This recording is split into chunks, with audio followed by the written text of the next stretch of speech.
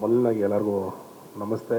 ಮತ್ತು ನಮ್ಮ ಯೋಧರು ಏನು ಬಂದವರೆ ಅವ್ರಿಗೆ ದೊಡ್ಡ ಸಲ್ಯೂಟ್ ನನ್ನ ಕಡೆಯಿಂದ ಬೀಳಲೇಬೇಕು, ನಮ್ಮ ತಂಡದ ಕಡೆಯಿಂದ. ಯಾಕೆಂದರೆ ರಾಮನಾರಾಯಣ ಸರ್ ಹೇಳ್ಬಿಟ್ರು ಏನು ಮಾಡಿದ್ರೆ ನನಗೆ ಗೊತ್ತಾಗ್ತಾ ಇಲ್ಲ ಅಂದ್ಬಿಟ್ಟು ನನಗೂ ಅಷ್ಟೇ ನಂಗೆ ಆಗ್ಬಿಡ್ತು. ಯಾಕಂದರೆ ಒಂದು ಚಿಕ್ಕ ಒಂದು ಡ್ರೆಸ್ಸಿನ ಬಗ್ಗೆ ಒಂದು ವಿಷಯ ಹೇಳಿದ್ರು. ಯಾವಾಗಲೂ ಯೂನಿಫಾರ್ಮ್ ರೆಡಿ ಇರಬೇಕು, ಯಾವಾಗ ಕರೀತಾರೆ ಅಂತ ಗೊತ್ತಾಗಲ್ಲ, ನೀಟಿಗೆ ಹೋಗಲೇಬೇಕು ಅಂತ. ಆದರೆ ನಾವು ಹಂಗಿಲ್ಲ, ಅಲ್ಲಿ ಫಂಕ್ಷನ್ ಹೋಗುವಂಥ ಡ್ರೆಸ್ಸು, ಇಲ್ಲಿ ಹೋಗುವಂಥ ಡ್ರೆಸ್ಸು ಆ ಥರ ಚೂಸ್ ಮಾಡ್ತಾಯಿರ್ತೀವಿ. ಅವ್ರ ಲೈಫಲ್ಲಿ ಚೂಸಿಂಗೇ ಇಲ್ಲ.